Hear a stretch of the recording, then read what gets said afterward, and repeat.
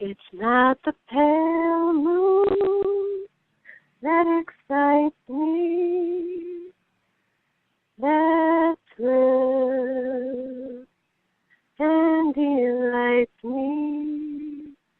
Oh no, it's just the nearness of you. It isn't your sweet conversation that thrills this sensation. Oh no, it's just the nearness of you. Okay. My name's Allison, and I'm your mom. Okay. My name is David Capoferri, and I am your father. I realize I'm being recorded right now, but let me think about this. I do remember why I took a pregnancy test. It's because I was doing foils in class the night before, and I couldn't get the foil into the hair, and I was so frustrated, and I started crying, and I was like, whoa, pretty emotional reaction there, Hector. My body felt different, my emotions were different, so I got a test, I took it, and I couldn't sleep the night before because I just kind of had this gut feeling. I got a phone call, and I want to say it was about 6 in the morning, 10 after 6 in the morning. I couldn't sleep the night before, and I woke up at 6 in the morning because I just could not sleep.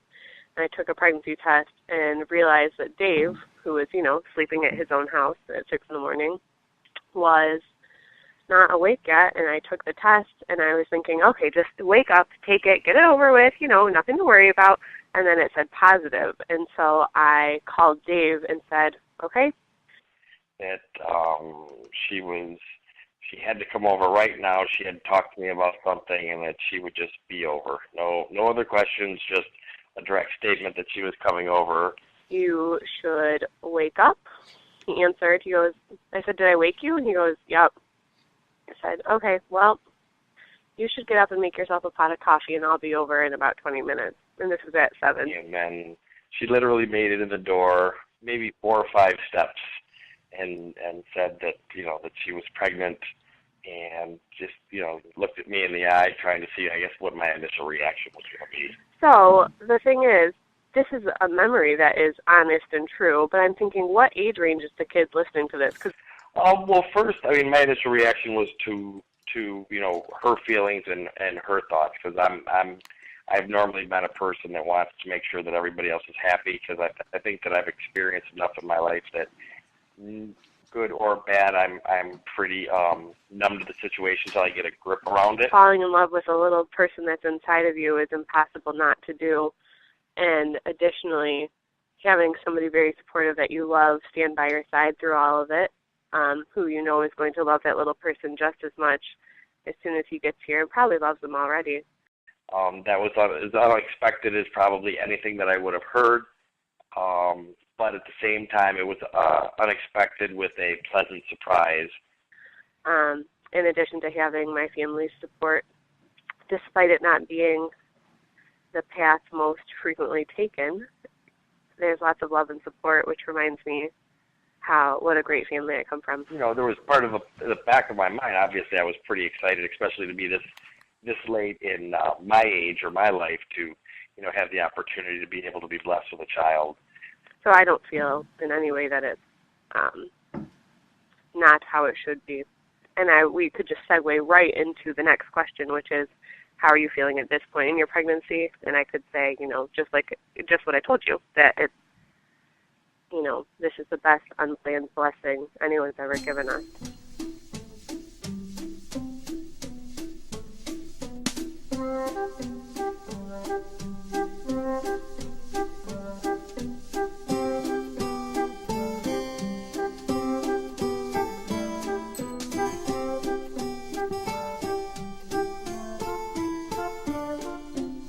The cute thing is that many moms recognize that, moms who have been pregnant before recognize that when you're pregnant, you get a lot of unsolicited advice and comments. And there's kind of this general understanding that, oh yeah, you get a lot of advice, even when you don't want it, when you're pregnant.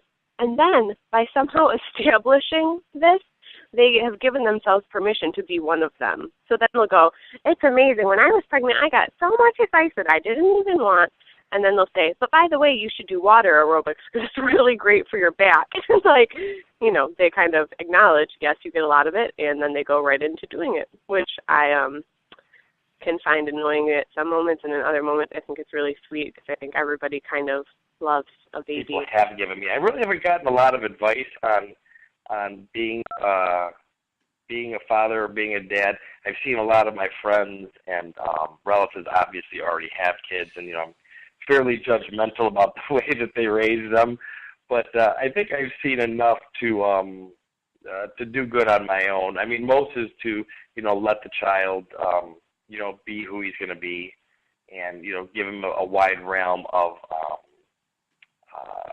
you know, paths to choose, whether it be, you know, intellectual, sports, musical, and let them turn out to be the way they're going to be and support it is the best I would have, is to, you know, support the child in whatever he wants to do. That's obviously more for growing than it is as a baby. The other one is to be prepared to be awake, be prepared for your life to turn upside down, and that's not much of advice, but, you know, I obviously know that that's coming. Well, basically, there's a lot about being pregnant that is different than I expected. I see it all, and I think I'm more judging. Everybody always says, well, when you have one of your own, it'll be, you know, be completely different. You won't say that or do that or be that way. And again, it's hard for me because mostly I'm sarcastic. I always like to, unless something's overly serious and really needs to be dealt with on a serious level, I like to be pretty lighthearted. So the thing that is the most unexpected for me is that I thought I was going to think all the time about how I looked, and I thought I'd be thinking about, you know, all the outfits I'd be wearing and the compliments or the comments I'd be getting, and really what I think about is how awesome it is that he's in there, and then I get to take him with me wherever I go. Because as much as you can plan, I think sometimes things, be ready for the curveballs, I guess. You know, when something changes, I'm good on the fly. I'm a really good reactionary person when something needs to be done and done right away. I'm a terrible procrastinator. We'll get to that later. But for the most part, yeah, I think that I'll learn on the fly, but I'll also be as prepared as I can be as well. And I love feeling him move or kick or turn over, and I like to imagine, you know, what he's thinking or doing in there, you know, kind of. So sometimes he'll roll over and it'll be like a gentle roll, and sometimes I swear he just gives me an elbow, like, hey, trying to get comfy in here. So that's I don't know if that answers your question, but that's what came to mind.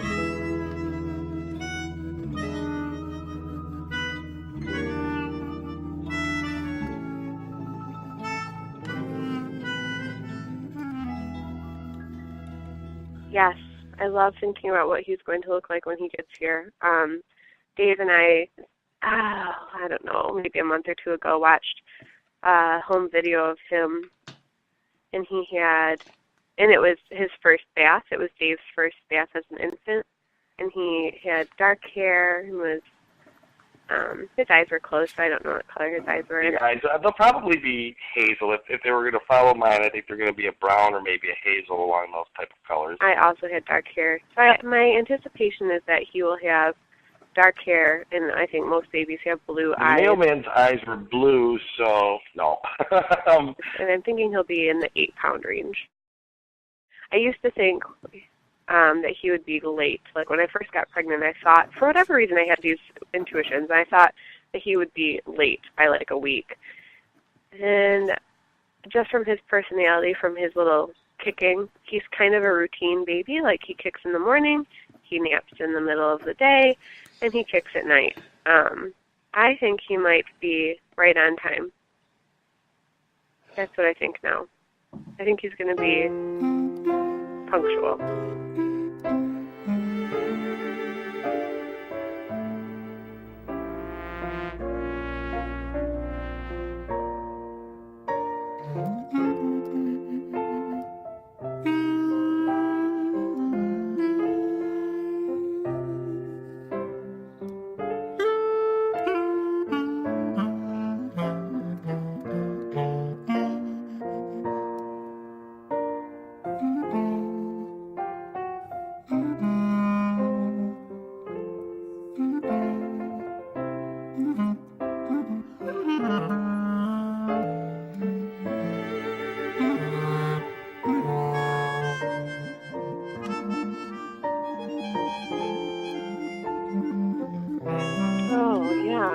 My family's pretty great.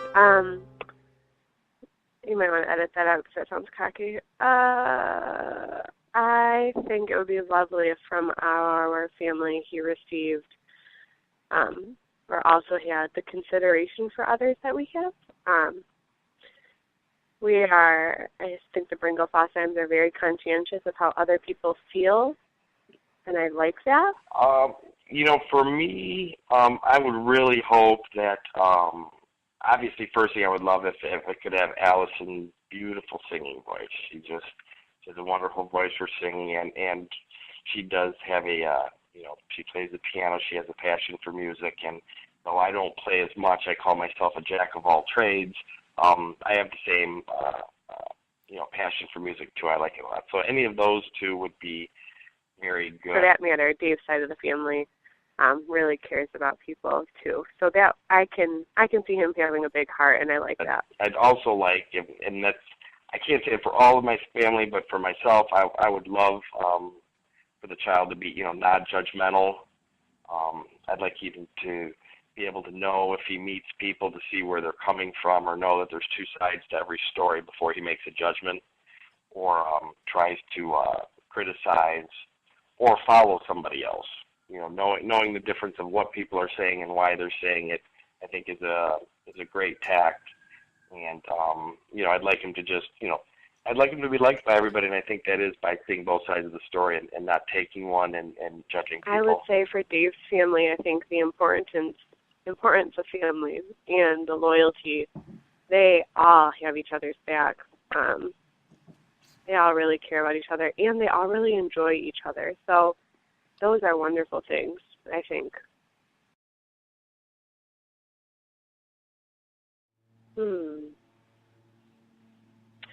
My intentions have always been to be a loving mom and to be a mom that listens to her children but gives them discipline so they know what's expected of them, so I'm not constantly setting them up for failure, I think the one is always, I'll want to encourage and reinforce, their good actions when they do something, and be able to point out when their behavior was good or not good and why. And a lot of times I'm going to have to let it go, and Allison as well, if they do things wrong, let them learn from some of it as well, so that you can explain it later as opposed to telling them right away while it was wrong or being harsh about it. I think leading by example is one important way to show somebody values. So Dave and I will probably work and continue to work to be kind to each other, to be honest with one another and with him. And I think as a result, you are happier when you are true. So I would say the best thing that we can do is lead by example. And again, I think that is also going to be by the way that, I treat Allison and the way that Allison treats me as well, because I think, children are big, they'll mimic or emulate your actions just as well. So I think by us being that way, it would be, very beneficial to them. And also, I've got to give him some credit. He will probably, there might be at some point in his life where he experiments with lying or stealing or doing something naughty. And I hope that he realizes probably on his own, not so much from me or Dave being these great parents, but because he's a great kid, that he'll realize on his own that doesn't feel so good, or maybe that's wrong for these reasons. And I think the other way is, when you participate with them or you see them in actions with other kids, whether it's in a play at school or, again, playing sports, whatever, how they react to the other people around them, too. Because there's never any particular right way to do something, There are certain things that I know I want to do as a mom, and basically the rest of the stuff is kind of chit-chat. It's not that the other people, it's the stuff like the advice about how to give a bath, or be sure you buy this, or this was a godsend, you need one of these. Like, that stuff doesn't matter to me, and that is just kind of, I consider it like talking about the weather. It doesn't really matter.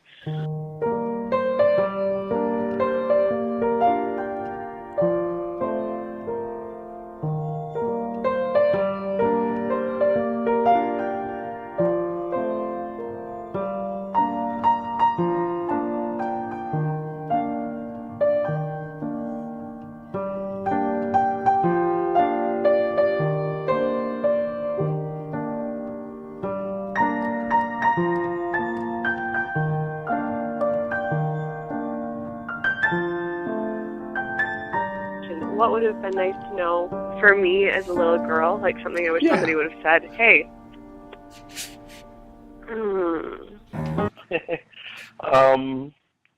I probably got it more in the teens afterwards, but I mean, just very simple. Think before you speak, and that's why God gave you 2 ears and 1 mouth to listen and before you talk. The thing that I remember being told as a little girl that I was really happy to know, that I think is important to tell children, that I don't think would dawn on them necessarily, is that even when your parents are mad at you, they still love you. And that was like so nice to know. Like, oh, good. They're not getting kicked out of the family. They're just mad and they still love me.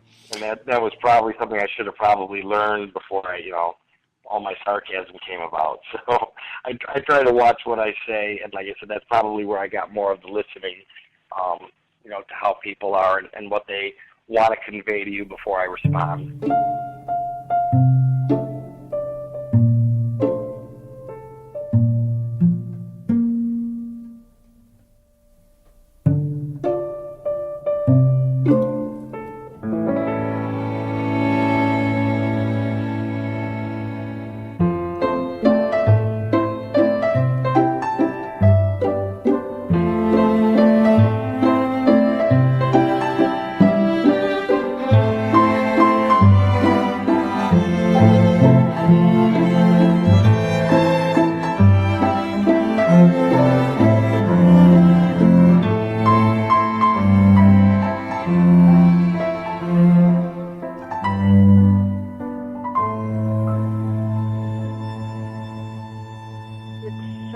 An interesting thing to think about.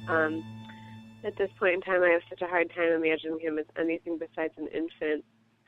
And actually just hearing you ask that question brings tears to my eyes, and I'm not sure why. I mean, good tears.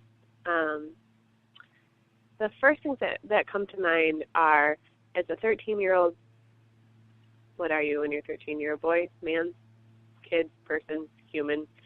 As a 13-year-old, my first thought is I would want to tell him, I hope you're kind to other people, because I know that 13-year-old boys can be tough.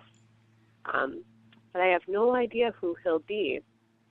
And I have no idea if he'll be more likely to be picked on or if he'd be a picker, and I certainly hope not. I have no idea if he would be doing well in school at this point in time, or if he's going. That is a really hard thing because there's so many variables that you don't know.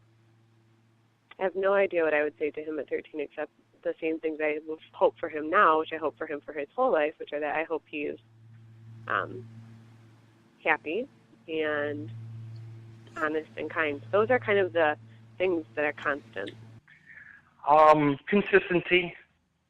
Consistency, and as long as I am continually paying attention and a part of his everyday life, I'll know that I'm doing well. If I'm not a part of his everyday life and it's sporadic, that would be something that I wouldn't like and feel that there's something that I cause or something I'm doing to cause me not to be there. And he's the most important thing, not anything else that I will be doing with work or in the rest of my life. I don't think I will. I think I will always have the intention to be a good mom, and I think on different days, in different weeks and months and years and all those things, what is being a good mom will mean different things. So sometimes it might mean just giving in and letting him have, the stuffed animal at the toy store when he's throwing a fit, or some days it will mean a little more discipline, some days it will mean more hugs, some days it will mean more help with homework, some days it will mean giving him space, letting him make mistakes. I think being a good mom, the important thing is always having the intention to do what is best for the child, not for you, and that's going to change on a day-to-day basis.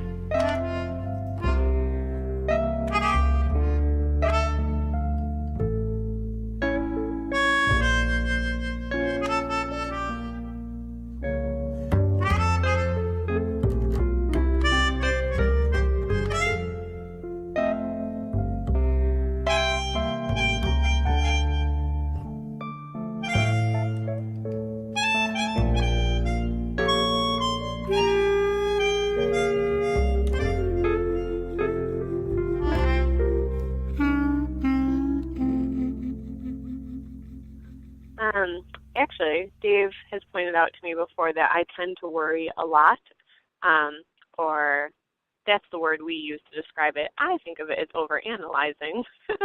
I mean, my words would just be taking. I mean, like I said, I'm a worrywart from the first place, always trying to make sure that things don't go wrong, and I'd hate for, if anything ever were to happen, even the slightest, fell off the chair, or I know when I was a kid, I went down the steps, and all the things that, God forbid, I could never, have happen that way. But it's the little simple things that I guess are the ones that I worry about. I want him to have a great life, and I want him to be healthy and happy, and I don't want to let anything happen to him. I mean, that's basically it. My worries are anything that I can't control, and I don't want to be a control freak, but in the same aspect, I want everything to go as well and as well as I can possibly do on a daily basis. But I don't want to worry so much about things that I am not also enjoying the moments that are wonderful. I hear everybody say how quickly it's going to go by, so something I'm cognizant of is that I really want to embrace every moment, every stage, and just enjoy my place in time. I'm also worried about, I know that no matter what I do, or no matter what we do as parents, we're not going to do it perfectly. There will be moments where maybe I misinterpret what he meant to say and I hurt his feelings, or I think, what if I don't give him the benefit of the doubt and I really should have. And I'm worried about, I understand that the screw-ups in parenting will be inevitable, but I'm worried about not being in control of what things are messed up, and mostly my concerns are that I don't mess up anything in terms of his sense of how much he's loved, his security, validating his ideas, letting him know that he's a worthy being. I don't want to ever brush him off. So those are some things I'm worried about. I can be stubborn as well, too. But I feel that, and that might be always thinking that I'm right, because I look at both sides to the story that we just talked about and feel that I've come to a good conclusion. But procrastination is definitely my one of my weak things. I can always get to something, and also I make promises without really thinking about it. For example, we'll do this on Thursday night at this time, and then I'm being reminded Thursday at noon, and be like, oh God, Allison, I forgot we're doing this, and then she'll give me this look. But the other one is we're both, I think, worrisome tendencies. We have worrisome tendencies, like always worried about what's going to happen. I don't want him to grow up in life and be worried about what's going to happen, as opposed to excited about what the future holds. We always call it from our work standpoint, we are trying to dummy-proof everything we do in the course of the day, because we do feel that a big portion of the rest of humanity out there needs guidance sometimes. But, that would be my biggest one. Is I want him to enjoy life and not be worried all the time. And as we are now, just worried that we can, give him everything that he wants to grow up and have a happy childhood. But I think with worries, having the awareness that you're kind of worried about something helps you to not do it, or your intentions guide you, so to say.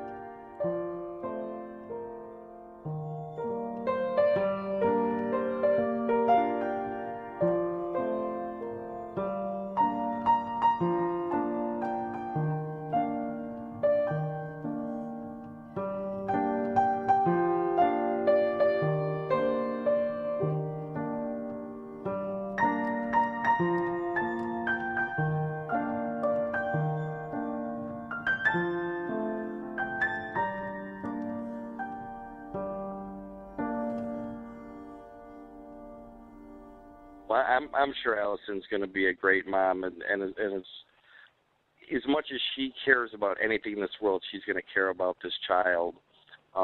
She's loving, caring, and always out for pleasing anybody else but herself more. She's always wanting everybody to be happy, and to a degree that she has to realize, or Allison, you have to realize that, you being happy is going to make a happy child. it's certainly going to make for a happy father. She tends to be very optimistic, very creative, and the creativity, I think, is one of the things that, I like the best about her as well, that she's going to be able to teach things to the baby, as well as at the beginning, but throughout his life. She doesn't like to do anything, halfway.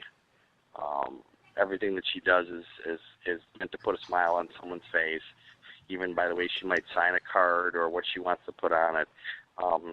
She leaves me little notes that I always want to brighten my day, whether it's in my lunch bag. But it's something that I always look forward to seeing, and I like seeing it make her feel happy and needed and desired because of how she can make everybody else feel well. Oh boy, I'm getting teary-eyed again. I wouldn't need to tell him to do anything, because I think the best thing about Dave is that he is going to be an incredible dad just because he's an incredible person. So I wouldn't want to tell him anything except that I think he's going to do a wonderful job.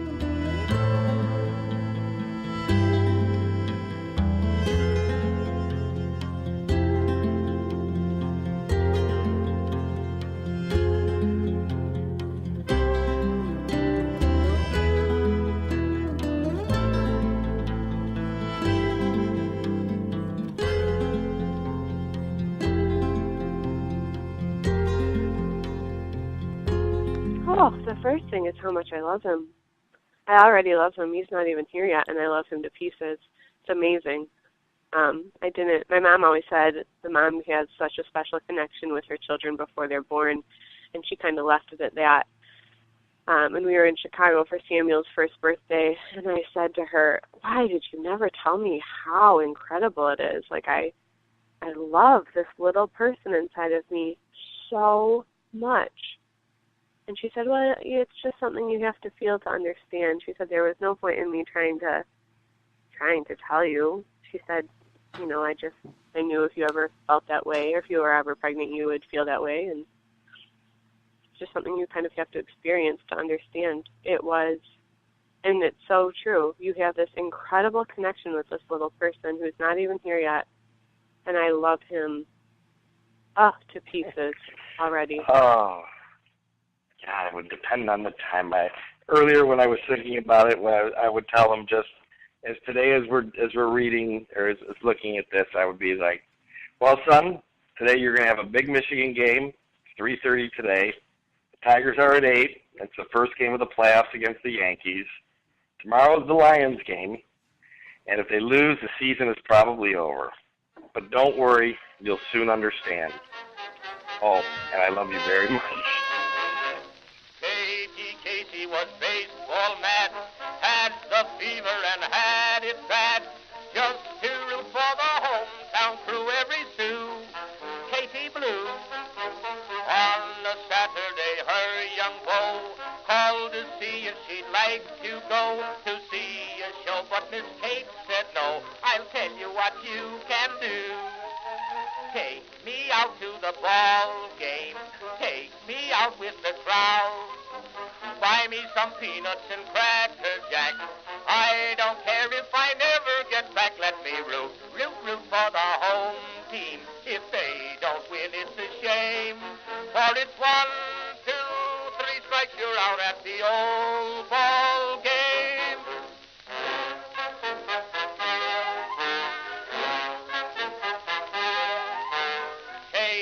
Casey saw all the games, knew the players by their first names, told the umpire he was wrong all along, good and strong. When the score was just 2-2, Casey knew what to do, just to cheer up the boys she knew. She made the gang sing this song. Take me out to the ball game, take me out with the crowd. Buy me some peanuts and Cracker Jack. I don't care if I never get back. Let me root for the home team. If they don't win, it's a shame. For it's 1, 2, 3 strikes, you're out at the old ball.